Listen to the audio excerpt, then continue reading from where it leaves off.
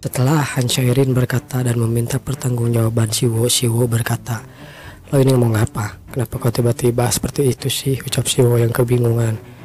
Di sana bahkan adiknya pun ikut menggodanya. Siwo berkata, "Aku tidak tahu apa yang kau pikirkan, tapi ini tidak seperti yang ada di pikiranmu." Sang adik berkata, "Jangan bilang kakak, maksudmu Han Chae-rin ini sedang ham." Namun ketika itu tentu saja tidak, ucap Siwo sambil menolak perkataan sang adik. Sementara itu kita dipindahkan ke markas Good SH Group.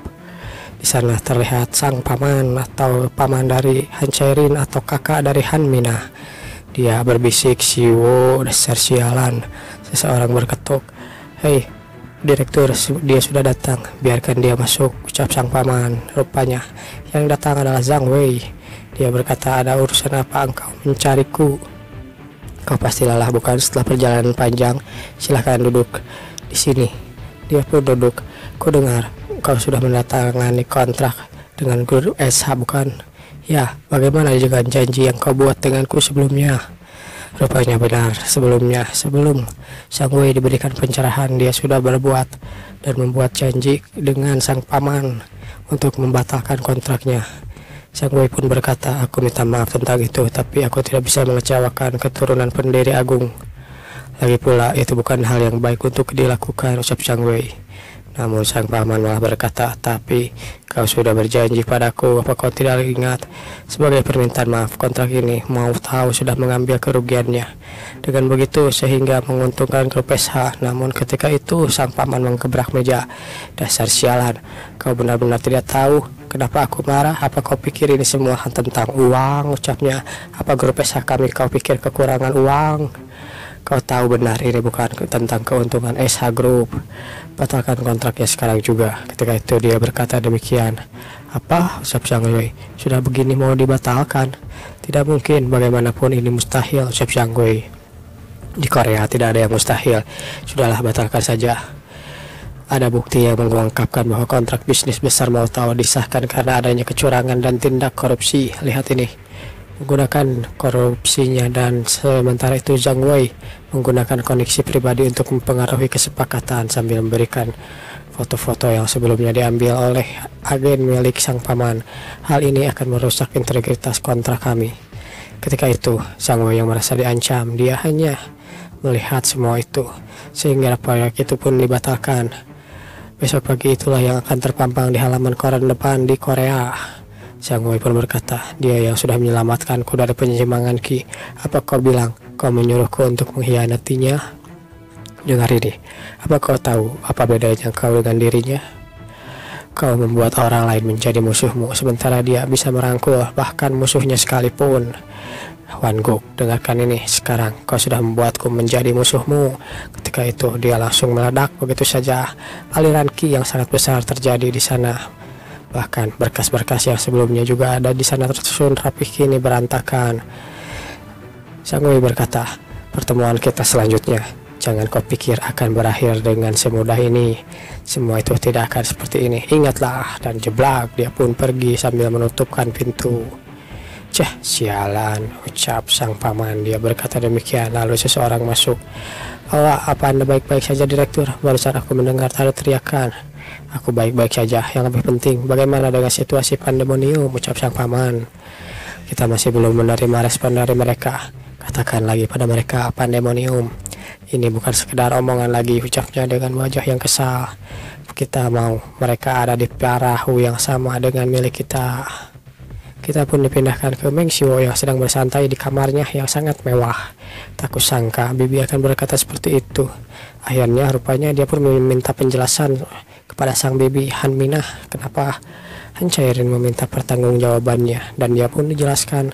Jadi sebabnya itu dia harus bertanggung jawab, ya ucap sambil mengingat yang dikatakan oleh Han Chae-rin dengan wajah manisnya. "Itu mengejutkanku," ucap Siwo. Ketika itu dia menerima transferan 120 miliar. "Wah, benar-benar gila. Kukira akan butuh waktu setidaknya selama seminggu. Sebenarnya seberapa banyak kekayaan mereka," ucap Siwo yang melihat transferan 120 miliar. Telepon masuk. Ketika itu Hercules meminta panggilan video. Dan benar saja, Hercules pun memang video call Siwo. Baiklah Siwo, jadwalnya sudah siap. Aku sudah menyiapkan jadwal latihannya. Kau sudah menggabungkan semuanya? Ya, tentu saja. Pertama, aku mencari tahu channel apa saja yang harus di-subscribe, lalu membeli semuanya. Uang datang dan pergi begitu saja. Ya, ucap Siwo sambil dia berada dalam ingatannya sendiri. Dia berkata terus, apa saja itu? Pertama, kesimpulannya ada 2 channel yang harus di-subscribe, ucap Hercules. Yang pertama adalah channelnya milik Thor. Maksudmu Thor dari mitologi Nordik? Ya, Thor, God of Thunder. Itulah yang harus kau subscribe. Lalu menggabungkannya dengan apa, ucapnya? Lalu berikutnya apa? Ya, dengan super speednya Hermes kau bisa menggabungkan kekuatan Thor, lalu digabungkan dengan Thunder miliknya. Bagaimana dengan itu? Artinya kau bisa mencapai kecepatan cahaya. Memangnya itu bisa dilakukan? Ya mungkin, ucap Hercules. Lalu yang kedua apa? Yang kedua adalah channelnya milik Azure Dragon. Azure Dragon, kurasa itu akan sempurna digabungkan dengan Dragon Kick milikku. Tunggu, sambil Siwo melihat ponselnya. Apa kau bisa langsung subscribe saja? Kalau bisa, langsung saja lakukan, ucap Hercules. Lalu dia pun melihat langganan. Untuk berlangganan video milik Thor, biaya bulanannya adalah 16 miliar. Dan begitulah, akhirnya Siwo pun mendapatkan Thunder Domain level SS. Uang mengalir begitu saja ya, ucap Siwo dalam hatinya. 16 miliar menguap seperti air yang tiba-tiba panas. Sementara itu kita dipindahkan lagi ke grup SH. Terlihat sang paman sedang menunggu seseorang. Lalu orang yang ditunggu pun datang. Dia sedang duduk di meja kerja sang paman. Jadi kau guangguk ya, putra tertua dari grup SH. Siapa kau, ucap sang paman. Kudengar kau membuat suatu statement yang lumayan juga. Apa alasanmu berkata bahwa aku harus berada dalam satu perahu dengan dirimu? Alasanku adalah Meng Siwo. Itulah alasanku. Benar, ucap yang baru datang itu. Mari kita bicarakan hal tersebut. Sementara itu kita akan dipindahkan ke scene. Seseorang menunjukkan lisensi hunternya. Hyung, lihat ini. Nah, akhirnya kau menjadi rank A. Benar juga, sebelumnya dia rank B, ini menjadi rank A. Baguslah, cepat mari, ucapnya. Lihat begini, aku sudah menjadi top 0,1% sekarang. Sekarang lumayan hebat diriku, bukan? Pujilah aku, Hyung. Iya, kau hebat. Lagi pula aku memang berencana untuk pergi ke dungeon rank A hari ini. Ayo kau ikut denganku, ucap Siwo. Hah, apa ini? Perasaanku tidak enak, ucap sang kameramen. Terlihat dungeon yang baru saja didatangi adalah dungeon Ogre ya sepertinya. Hyung, ini kan habitatnya Ogre. Monster rank A plus loh. Kurasa kita tidak bisa menghadapinya berdua saja. Apa maksudmu berdua? Aku yang menghadapinya sendiri, ucap Siwo sambil berjalan maju untuk menghadapi para Ogre ini. Untuk tempat seperti ini biasanya para guild besar setidaknya membawa party 30 orang, Hyung. Ayolah 30 orang. Memangnya kalian ini mau dharma wisata apa, ucap Siwo. Ini tidak sesulit yang kau kira. Lihat saja, dan seperti biasa kamerakan aku. Lagi pula para Ogre ini cukup tangguh, jadi mereka bagus untuk digunakan sebagai latihan. Sambil melihat para Ogre yang baru saja datang dengan otot-otot mereka yang sangat besar, taring-taring mereka yang sangat tajam, dan senjata mereka yang sangat luar biasa. Bahkan di sana dia pun kebingungan latihan. Apa maksudmu? Ogre-ogre ini bisa membunuhmu kapan saja, Hyung. Namun di sana Siwo tidak mempedulikan itu. Dia langsung melesat begitu saja. Meskipun kau punya ratusan nyawa sekalipun, ini bukanlah tempat yang seharusnya kita datangi, Hyung. Diam, cepat videokan aku. Ini channel YouTubeku, ucap Siwo. Ya, sang Ogre pun langsung mencoba untuk menyerang Siwo, namun Siwo berhasil menghindarinya, melompat ke atas. Ledakan terjadi di sana. Siwo menggunakan Thunder Domain SS-nya milik Thor yang baru saja dia kuasai. Baiklah kalau begitu, biar kulihat kemampuan Thor ini. Ya, terlihat kilatan-kilatan petir ada di sana. Sang Ogre pun terkena kilatan petir itu. Bahkan di sana dia hanya bisa melihat apa ini. Sebenarnya kekuatan macam apa itu? Sambil memvideokannya, terlihat Ogre yang lain pun mulai berdatangan sambil berteriak. Dia berkata, "Wah!" Namun Siwo di sana hanya melihatnya dengan sinis. Ketika itu dia sudah mendekat. Siwo bersiap-siap dengan power of lightning. Kecrak.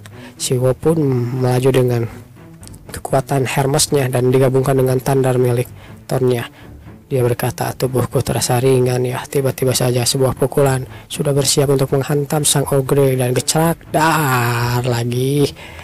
Di sana dia hanya bisa, sang kameramen hanya terkena mental begitu saja.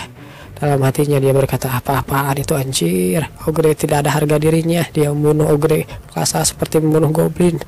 Sebenarnya apa yang terjadi di sini?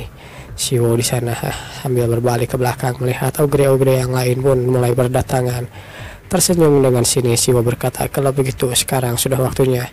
Majulah kalian semua menggunakan yang kedua. Kalau begitu Azure Dragon Demon Soul, itulah Azure Dragon, dan gecrak dar.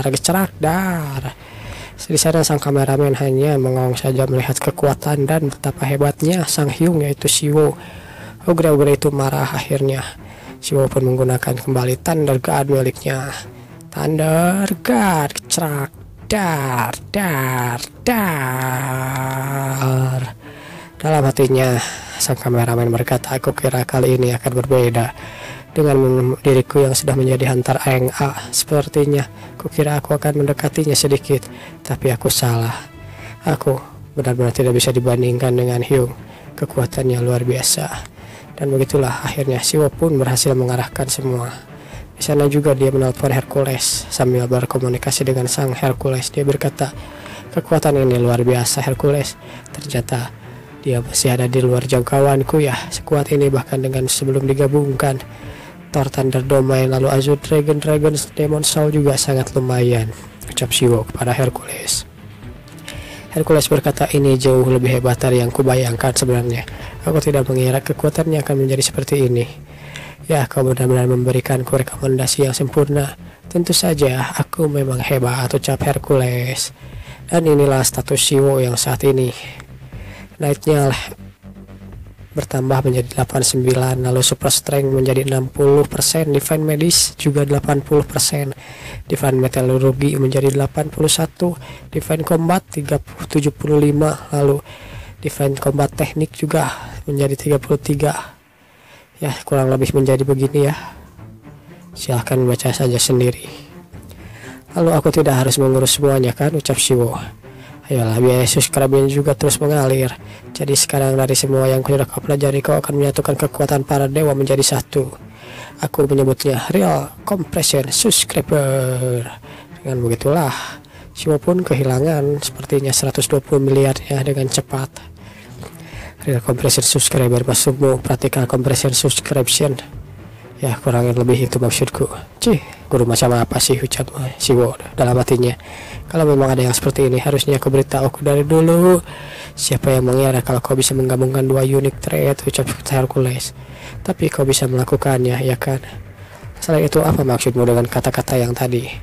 Ya, kalau harus dijelaskan bagaimana ya? Aku juga bingung menjelaskannya, ucap Hercules. Kau harus berfokus pada pertempuran. Maksudmu? Sementara itu, kita dipindahkan lagi ke kantor pusat biro inspeksi. Terlihat seseorang yang berkata, Pak, ini saya. Ya, baiklah, masuklah, Taimin. Ucap seseorang di sana. Di sana rupanya sang direktur yang dulu pernah bertarung dengan si Jo Buk Chol ya. Bagaimana hasilnya?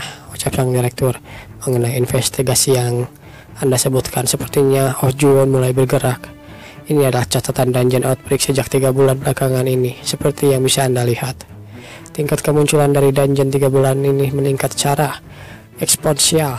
Terlihat sangat naik sekali. Dungeon Outbreak terjadi di mana-mana. Lalu sejak kekalahan Demon King, ini pertama kalinya hal ini terjadi, ucap orang yang baru datang.